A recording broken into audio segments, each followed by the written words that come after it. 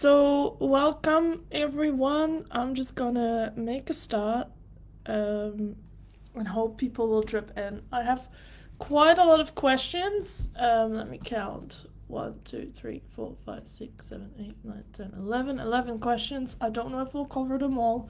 If you have more questions, just pop them in the comments and I'll try and answer those as well. Sorry I'm starting a bit late. I just got home from a client session and quickly had to set up, get all the questions prepared. So yeah, today is all about reactivity, a problem that a lot of people have issues with. And it's almost like a sliding scale, right? So we have minor reactivity and real aggression problems. There's like 101 ways to work on reactivity, and I would say there's not one wrong way, one good way. I like to be really open about methods and some things that I do that work and other things that I do don't work, and that's really the whole thing about reactivity, that you have to figure out what works for your dog. So let's have a look at that. So my main thing before we go into the questions is that reactivity is a problem that happens because your dog might be fearful of something. So it can come out of fear. Yeah, and that will show as in I bark and I growl at someone or something to keep them away from me. Yeah, that can be reactivity. It could also be excitement reactivity. So for example, your dog is barking and lunging on lead because he wants to meet the dog. Like the dog might be completely fine off lead, but on lead they are reactive. Yeah, so that's a different type of reactivity. And then some dogs are reactive inside the house to people. That is not technically reactivity. Then we're looking at resource guarding. I think I have 1 or 2 resource guarding questions in there, and I'll touch on it a little bit. Okay, so that's something that we need to have a look at. Then with reactivity, there are several things that we can do. And a lot of it can be done positive only with treats and all that kind of stuff. But there is parts of reactivity where like there is a group of dog trainers that like to give this message that reactivity is always fear. And it's not. It's not always fear. Sometimes dogs react because they are excited or because they got into the habit of reacting. Yeah, so we can't always fix reactivity just with positive reinforcement and disengage, engage, and tossing treats on the ground and all that kind of stuff. Sometimes, I would say oftentimes, corrections are needed. And if you disagree with that, that's totally fine. But I do think that depending on the situation, dogs can use a correction for reacting. Yeah, so for example, I'm very afraid of needles. I have a legit needle phobia, right? And even though I'm that afraid of them, it is never okay for me to beat up the doctor or the nurse that's trying to stick a needle in me. That's not an okay reaction for my fear. If I was to punch the doctor or the nurse or whatever it is, there will be consequences for that.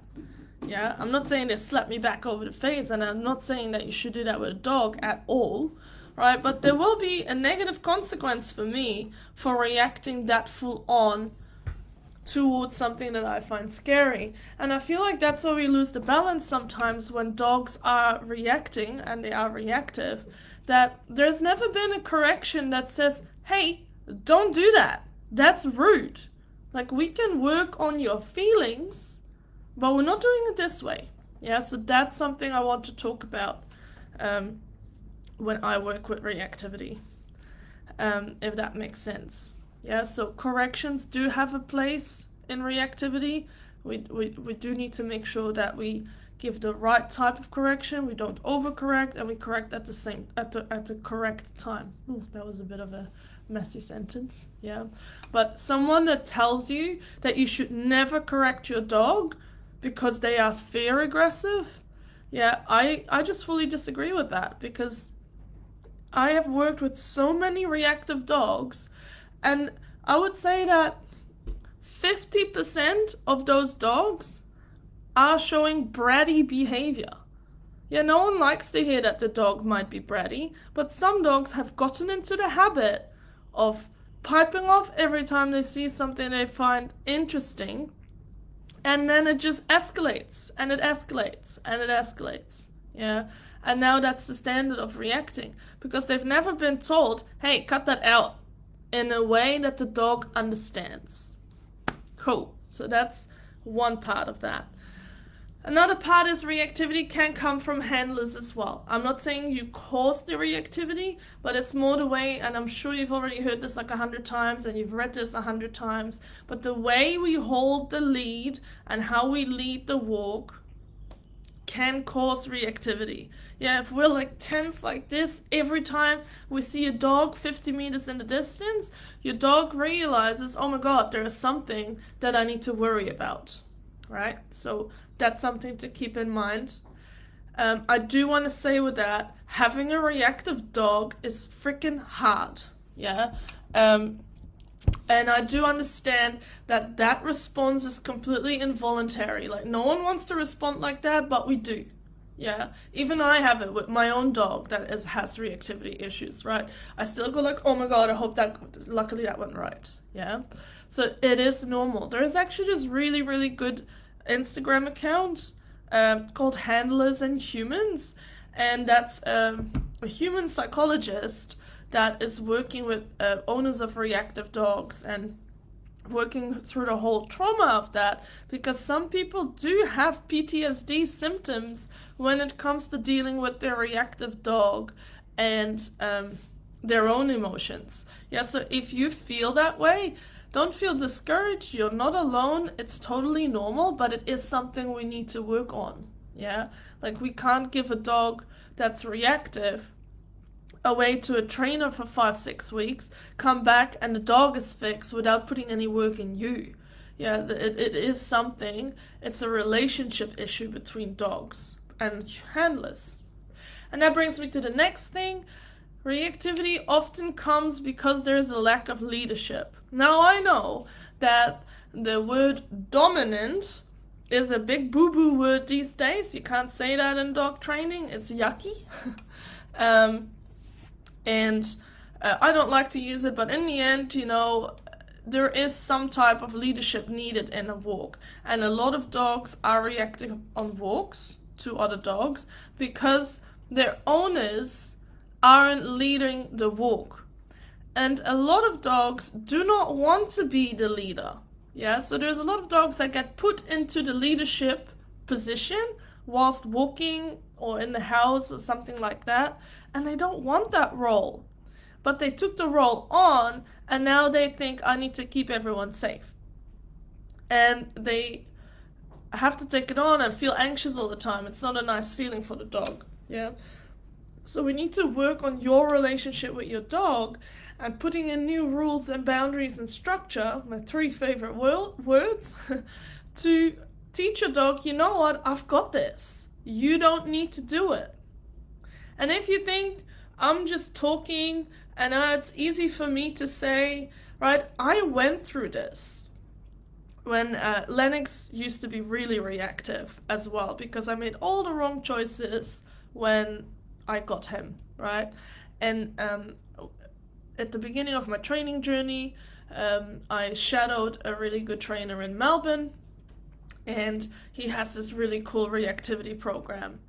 And before that, I was never told to either correct Lennox's behavior for overreacting, but I also never learned how to advocate and stand up for my dog. So in that session, that's the first time that I was really stepping up, showing Lennox, like, you know what, I've got this. This is my job. Stop doing that. And that's when everything started changing. and his reactivity is almost non-existent now, except when dogs rush him off lead. So that's also something we have to work on. Now, let's have a go and look at the questions, because I've been rambling for the last 10 minutes, but I do think they were important bits to talk about.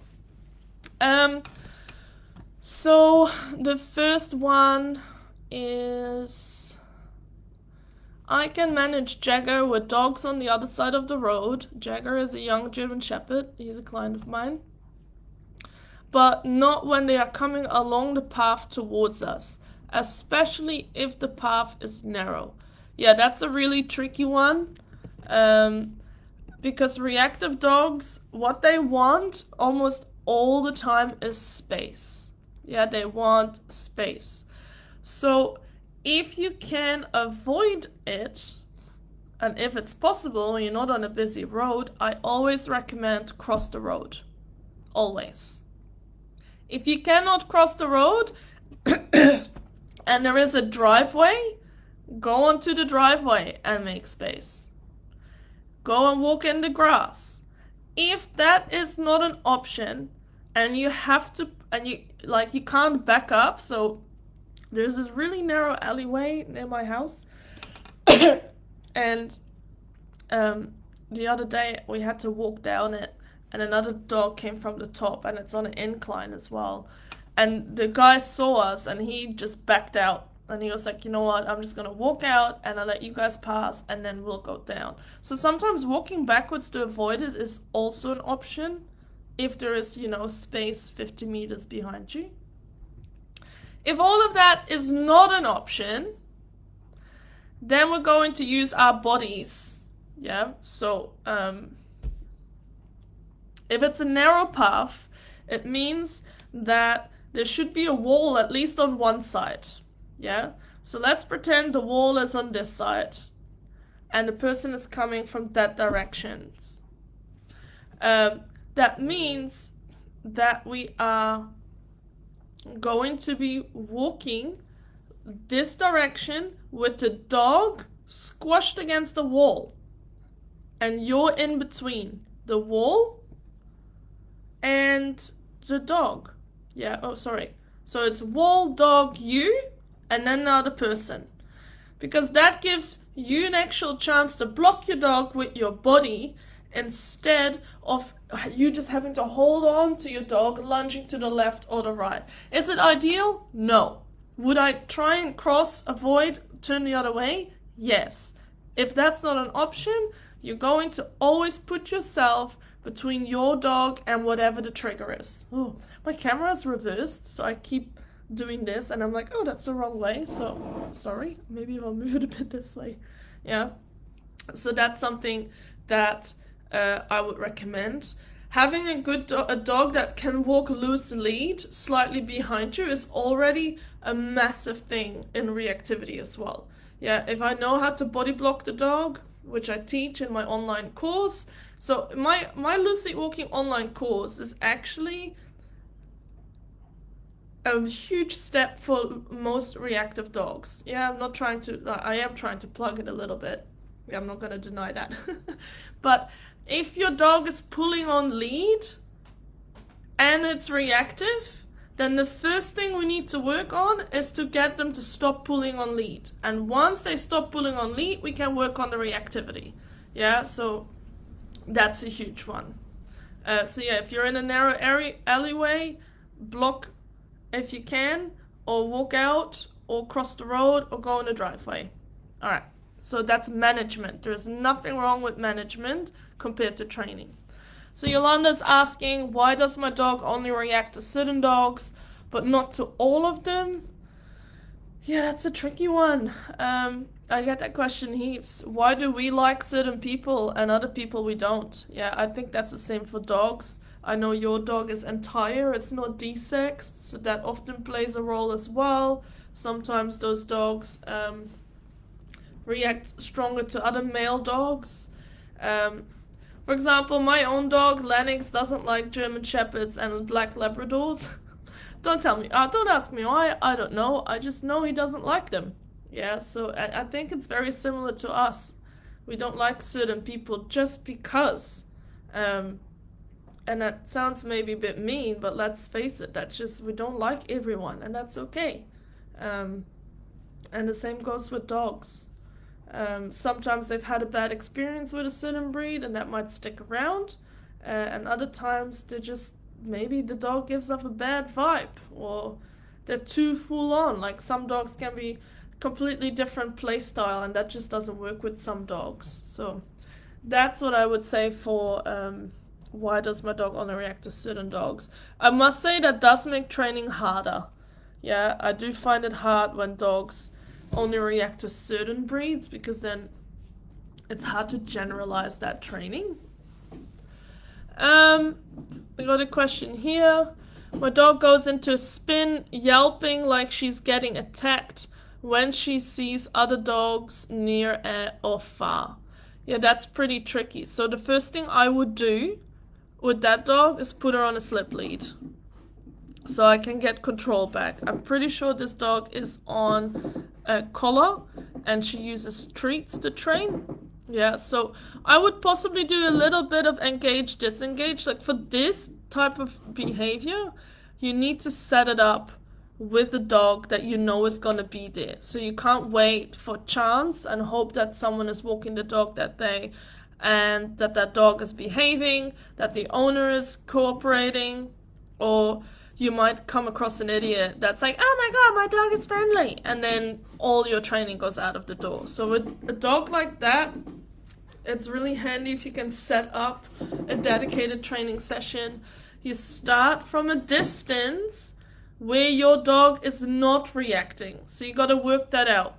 Yeah, that's called threshold. You need to find the threshold of your dog. So it might be that is 10 meters, 20 meters, 50 meters, a whole football field. I don't know, right? It's something that you need to find out for your dog, and then we start on that threshold. So say the threshold is 20 meters, then we're going to come a little bit forward, and we can play the engage disengage game. Yeah, so we can go like, all right, look at that dog. When you look away, I'm going to give you a reward for that. So that's one part of the training.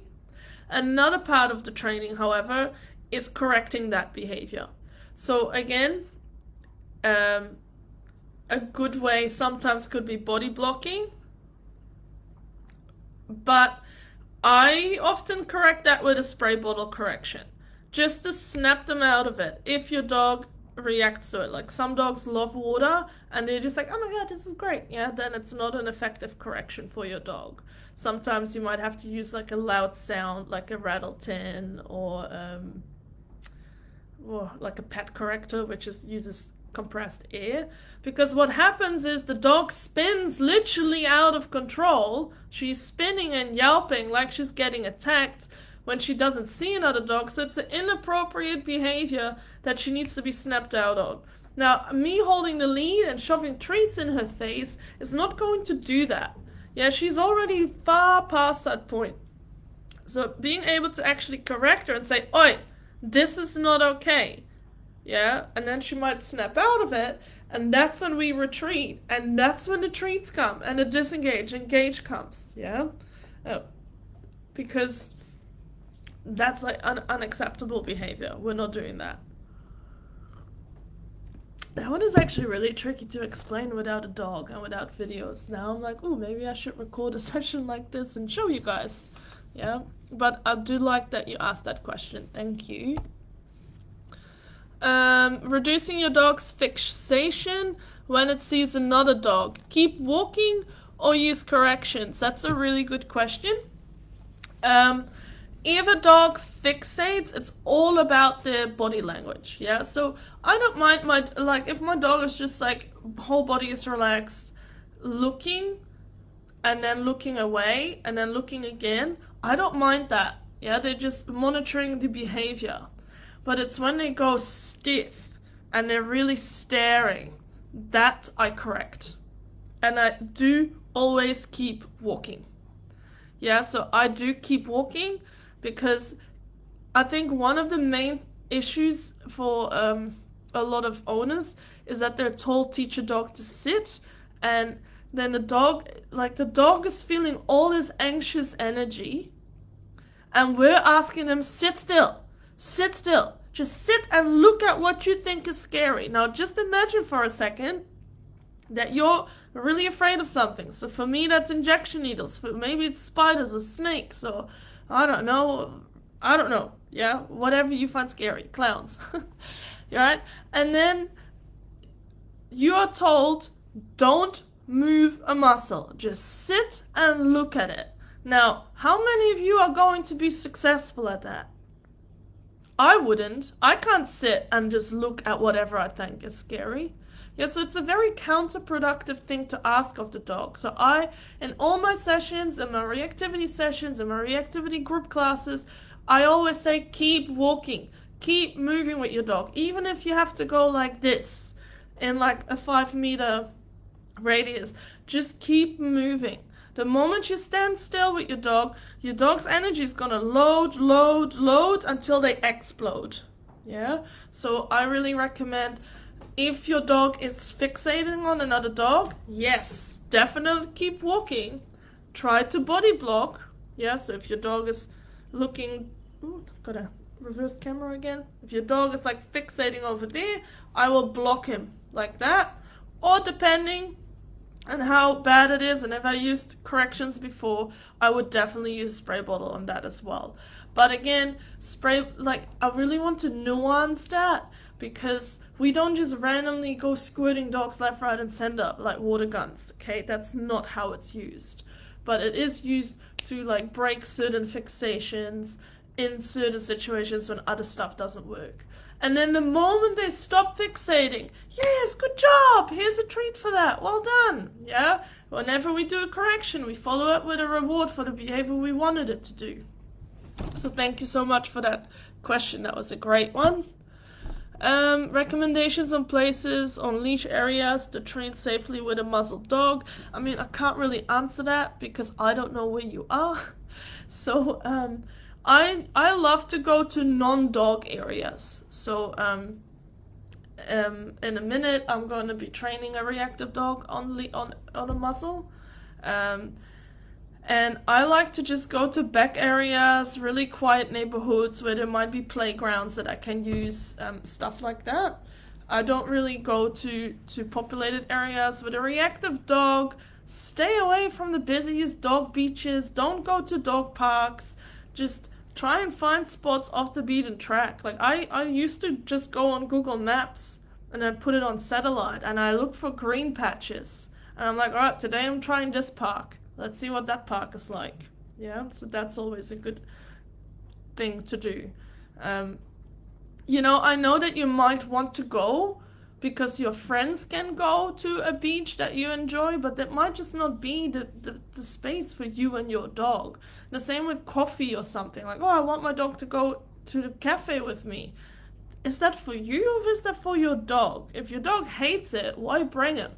Yeah, we don't like to go and do things that we hate. Like, I'm not gonna go voluntarily to the dentist if I don't have to, right? So what if going to a cafe with your dog is like a dentist activity for them? So worth to think about. My dog is reactive towards family members and strangers, and that's all the information I have. That's really hard to answer. I'm assuming that's in the house, so your dog should be on lead. I'm gonna assume that's a resource guarding issue. So instead of answering that one, I'm gonna try this. Mac has been super protective since my son was born, but now reacts to everything walking past. Also combined with a bad experience with a German Shepherd. Once he's always on edge when we go out, particularly when people are walking or running towards us. Yeah, so your dog is resource guarding you, and that's a leadership issue. Yeah, so when you can take control of that walk and take control of leadership, that will go down. We need to make sure we do enough exercise in general and that he is loosely walking properly, and you will have to counteract that bad experience with the German Shepherd for a little bit. Yeah, because he has confirmed justified fear of something. Like, he isn't just fearful of maybes, he actually had a bad experience with another dog. So he's like, well, see, told you dogs weren't that nice. So it'll be worth it. Like with dogs like that, it's really helpful to go to something like a group class, because that way you can train them around other dogs in a safe environment instead of like waiting for chance and you might see someone. And again, pick where you're going. Like, I know where you live. That sounds very creepy. I know where you live. Yeah. But I do know where you live, and I know where you walk your dog generally. And that beach in particular has just not that nice people around when it comes to dogs. Like, people are very much like, oh, he's friendly, it's okay. And it makes it very hard to walk your dog in that area. But yeah, the protectiveness is a resource guarding / leadership issue. So your dog thinks that that's his task, and we need to retrain him that, no, actually, I got this. Yeah, but that's something you really have to work on with the trainer. I can't tell you like this how to do that, because it's just so many elements there. How to teach a dog not to react to street noises and door knocking. I feel like that one belongs more to the barking Q&A I did a few weeks ago. And also, for some things that dogs are reactive to, we just need to be tolerant. Yeah, I'm not saying like you should accept everything, but dogs are going to react to street noises and door knocking. And we want them, right? Because if I'm here at night and my dogs start barking randomly, I want them to bark because they're indicating that someone or something is coming past the house. Now, I know that 9 out of 10 times it's a cat, but what if that one time it's not a cat? Yeah, and you want your dog to be able to respond to that. So yeah, have a look at the barking Q&A. That one gets really answered there. How to manage aggression, reactivity towards other dogs off leash. And then it's only some dogs and sniping but not connecting. Now the first things, if your dog is off lead and aggressive to other dogs but not connecting, your dog should not be off lead. Yeah, he should be on a long line, or he should be wearing a muzzle, or both. Yeah, just because you can't gamble with other people's dogs that way, nor can you gamble with your dog. If your dog has that unpredictability where he might go for a dog or he might not, like, that's a risk you shouldn't be taking with your dog or other people's dogs. Yeah, no one deserves to be out on a walk and work, like, be randomly attacked by a dog. Not saying that your dog is doing that, but there's clearly something there that your dog is like, hey, I don't like to hang out with those dogs. Yeah, so we also need to be mindful of that. As dogs get older, they want to hang out with less dogs. So just because they were very social at the beginning when they were puppies doesn't mean they're like that when they're older. Yeah, so you might have to really look at, does my dog actually want to hang out with other dogs, or is this the right location to walk my dog? So if your dog has aggression off leash, your dog shouldn't be off leash. And then we need to start working on that first on lead. Yeah, so you might want to do some reactivity work on lead first with a trainer, and then they will get their dogs out and we can observe the behavior, because from that sentence, I don't know why your dog is being reactive. I don't know what triggers it. Maybe the dog has no time for asshole dogs. Yeah, some dogs are assholes and they keep pestering your dog. If that's what's happening and your dog is just responding, then your dog isn't actually being aggressive. It's telling him, piss off. Try not to swear. Yeah, it's telling the other dog, piss off. But if your dog is just playing or whatever, or doing its thing and he's just targeting dogs, well, that's a whole different issue. Yeah, and then some dogs will go for other dogs because they're like chasing for a ball or a resource. Yeah, that's again, now we're back in the resource guarding area. So I can't give you too much advice on that. And I must also say, that's not my field of experience and specialism. Like, I don't specialize in off-lead behaviors. I do a lot of leash reactivity and reactivity in general, but off-lead pack behaviors, yeah, I don't specialize in that. But I can give a few recommendations of people that do that brilliantly, like Laura in the group. Laura Fernandez is really good at that. Tony Baker is really good at that. So they're all in the group, and there's probably a few other ones that I can probably direct you to that can help you more with that than me. So that's also important, right? Find a trainer that suits what you're looking for. If you would email me that question and you needed help with aggression off leash, I would probably not take you as a client, just because I don't really do that stuff. Like, recognize your strengths. Ziggy used to bark at dogs, but now he's also barking at people walking past. Not sure how to deal with that. So I would say, because I know Ziggy, he's being a little bit bratty. Yeah. So he's gotten used to barking at dogs, gotten away with it, because I know Ziggy isn't like aggressive. He used to go to doggy daycare, and that's 100% a leadership issue. Yeah, so that's taking charge of the walk, taking charge of the structure, boundaries, and rules inside the house, and giving him a proper correction that, hey, we don't do that. Yeah, so I know that's mainly that problem. I like to know the best way to help Charli not to be reactive when we're out walking. She's getting better, but will bark and growl and sometimes lunge at other dogs and some people. We're working well on loosely walking, but she's still getting triggered by other dogs, even at a distance. The first question I usually ask with that is Charli friendly off lead? Because if she is, then we're working with leash reactivity. If she isn't, we will have to do a bit more work. So I would then go with that engage, disengage. I work at a threshold. So, say this is Charli, and this is the other dog.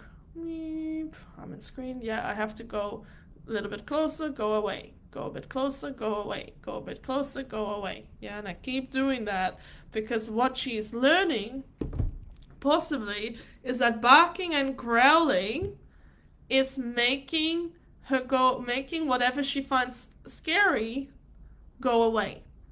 So she's like, hey, that works, even though it doesn't really work.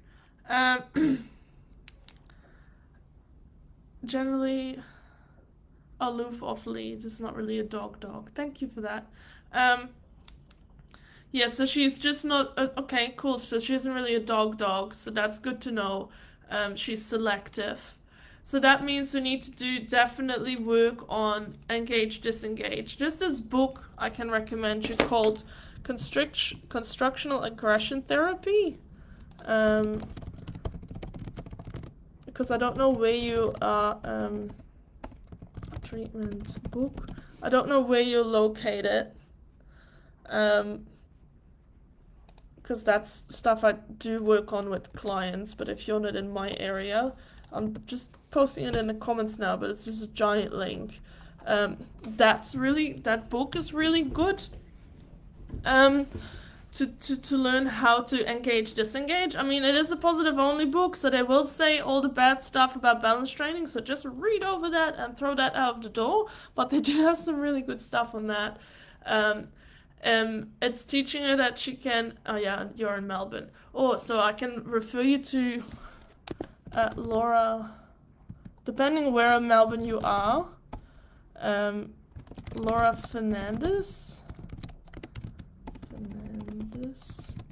is in around Footscray, and her business is called The French Touch. She is really amazing at doing stuff like that. So Nick, if you want to work on that with someone, she's great. Yeah, but you'll have to do some trust training. So she's learning that barking, growling keeps dogs away. So we need to try and figure out what her calming signals are. So we want to look at, we want to reward her looking at a dog but disengaging with a calming signal, which might be looking away, sniffing the ground. And we're basically going to teach her the way to get rid of that dog is to show a calming signal. And what I might do, I'll write that down, is I might post all the calming signals in the Facebook group so you actually know what to look for. But yeah, I reckon if you contact Laura, she will be able to help you really well. Calming signals, Facebook group. I need to write everything down because I have the memory of a goldfish.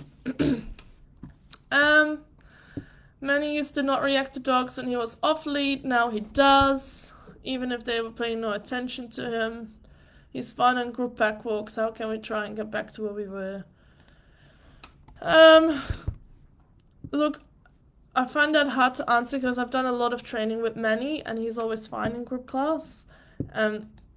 I think it's also just accepting that some dogs are just not that keen hanging out with other dogs. And a reaction, even if it's a little or a bark, it's not a big deal. It's your dog saying, I don't want to deal with it. Yeah, so we stay away from those dogs. It could also be a bit of frustration because if he goes on pack walks and he is a doggy daycare, he is a social dog. So it could be a bit of frustration there, like leash frustration, like, oh, I want to go say hi, but I'm not able to. Yeah, so that is a massive part of dogs that do lots of pack walks and go doggy daycare. They're often reactive because of that reason, because they haven't learned how can I actually be around a dog without interacting with that dog. Yeah, and that's actually going to be good for your dog too, Nick, to just be able to go for walks with dogs without that needing to be an interaction where she's left alone, because it's a trust issue. She's like, oh, I don't want to interact with that dog. How do I get rid of them? So having like positive experiences with dogs where it's super low key, they're not forced to interact, that's really, really helpful. All right, I think I covered all the questions. Hi Saskia, I'm glad to see you here from the USA. I have no idea what time it is over your end, but it's cool. Oh, here you go. One more question. Minnie is reacting to the little fluff dog, small dog, fluffy fur. She's not growling or barking, but humps in a working mode. Yeah, you've got Kelpie say. You see that all the time with working dogs and herding dogs. My Kelpie does it too. It just means to me, like Zelda, my Kelpie will stalk. So I have to get her out of the stalking. So I just correct that. Yeah, either with a leash bob, with body pressure, or if I have to with a squirt bottle. And then she's like, oh, okay, cool, I'm not supposed to do that with this dog. Yeah, that's like instincts kicking in, because I think those fluffy dogs just look like a lot of prey. Especially when they yelp, especially when they go, that's a sound that they're like, ooh, interesting. What can we do with this? So I would correct that if you can. Especially if it's just stalking. But don't let her, don't let her practice the stalking. It's not, and then give her an outlet to stalk other things. So I let my Kelpie stalk my Staffy all the time. And that way she has something to do. Yeah, we used to take a sheep herding, that also helped. I let them stalk birds. And the flirt pole is really good as well, to put a bit of control on that. So she gets to chase the flirt pole, and then I can teach control about coming off it and sits and downs and switching in and out of work mode. So that can be really helpful. All right, guys, that is 40 minutes. That was a good chat. Thank you for all. Lol, what is that? A flirt pole? I've got a YouTube video of it, and I'll share that. Hold on, YouTube. So a flirt pole is like a stick with a rope through it, and then you tie a toy at the end, and oh, why am I doing it this way? YouTube drive. And then you like make them chase it, and then they get to catch it. Yeah, so, and then you teach control of that. You say, all right, now I'm calling you off that toy. Now I want you to sit, like mid chase, I want you to come off, like stuff like that. Yeah, your whole thing works. And it is indeed very easy to make your own flirt pole. I just make mine out of a PVC tube, put some rope through it, and I tie a toy to it. Where do I have it? Here.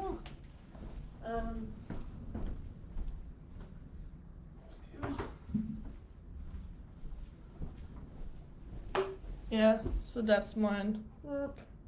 And you just swing it around. It's like a massive cat toy. Really? Okay. Oh, someone woke up thinking we're going to play that game. Nobody. Alright, if that's all the questions, I do need to wrap it up because I need to have a quick lunch before I'm heading to my next client. Thank you so much for hanging out with me here. I am going to save this, post it to YouTube, to the Facebook group for anyone who wasn't listening. If you have any other questions about reactivity, just feel free to post them. And then I can answer them or other people in the group. And yeah, thank you so much, guys. I hope it was helpful. See you next time. And I need to work out how to end this. Alright, bye, guys.